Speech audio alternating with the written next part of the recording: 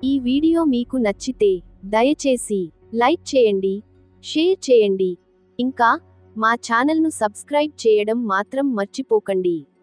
మీ like మాకు ఎంతో motivation ఇస్తుంది. ఒక తీర్థయాత్రలో ప్రధానంగా చెప్పుకోవాల్సినది పూరీ జగన్నాథ స్వామి ఆలయం. ఇది కేవలం దేవాలయం మాత్రమే కాదు, దీని చుట్టూ ఎన్నో రహస్యాలు ఉన్నాయి. ఒడిశాలోని పూరీ నగరంలో ఉన్న ఈ ఆలయం హిందూ ధర్మంలో అత్యంత పవిత్రమైన 4 ధామ్లలో ఒకటి. ఇక్కడి దేవుడు జగన్నాథుడు అంటే విష్ణుమూర్తి స్వరూపం. ఆయనతో పాటు ఉన్నారు సుభద్రాదేవి మరియు బాలరాముడు.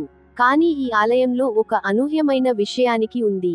అది ఏమిటంటే, ఆలయం గోపురంపై ఉన్న ధ్వజం ఎప్పుడూ గాలి దిశానికిది ఎదురుగానే ఎగురుతుంది. సాధారణంగా గాలి ఎటు అయితే బజ్జు కూడా అటే కదా కదలాలి కదా, కానీ ఇక్కడ కాదు. ఇది ప్రకృతికి విరుద్ధంగా పనిచేస్తుంది. ఇంకొక రహస్యం చెబుతా వినండి. ఆలయ గోపురాన్ని ఏ వైపు నుంచైనా చూస్తే ఆ టవర్ మీకే ఎదురుగా కనిపిస్తుంది. ఇంతకీ ఇంత పవిత్రమైన ఆలయాన్ని ఎవరు నిర్మించారు? కథల ప్రకారం ఇది పూర్వం ఇంద్రద్యుమ్న చక్రవర్తి ఆధ్వర్యంలో నిర్మించబడిందని చెబుతారు. పూరీ రథయాత్ర గురించి కూడా మనం తెలుసుకోవాలి. ప్రతి సంవత్సరం జరిగే ఈ రథోత్సవంలో లక్షల మంది భక్తులు పాల్గొంటారు. ఇది కేవలం ఒక ఆలయం కాదు, ఒక రహస్య గాథ, ఒక మహాత్ముడి గుండె కథ. చరిత్ర ప్రకారం శ్రీకృష్ణుడు మహాభారత యుద్ధం తర్వాత ద్వారకా నగరంలో వాసం చేశాడు. ఆయన వదిలిపెట్టిన అనంతమైన ప్రేమ, దయ, ధర్మం మనుషుల మనసుల్లో నేటికీ నిలిచి ఉన్నాయి.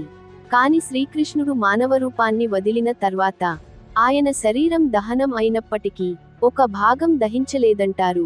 అది ఆయన హృదయం శాశ్వతంగా మిగిలిపోయింది.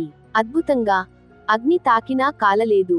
ఈ హృదయాన్ని కొంతకాలం తర్వాత నదిలో తేలుతూ చూసిన ఓ రాజు ఇది శివుడిచే ప్రసాదించిన దివ్యవస్తువుగా భావించాడు.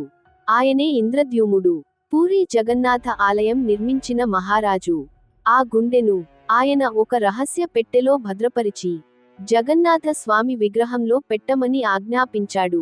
అప్పటి నుంచి ప్రతి కాలానికి ఆలయంలో విగ్రహాలను మార్చినప్పటికీ ఆ గుండెను మాత్రం అదే తరంగా కొత్త విగ్రహంలోకి మార్చడం జరుగుతుంది.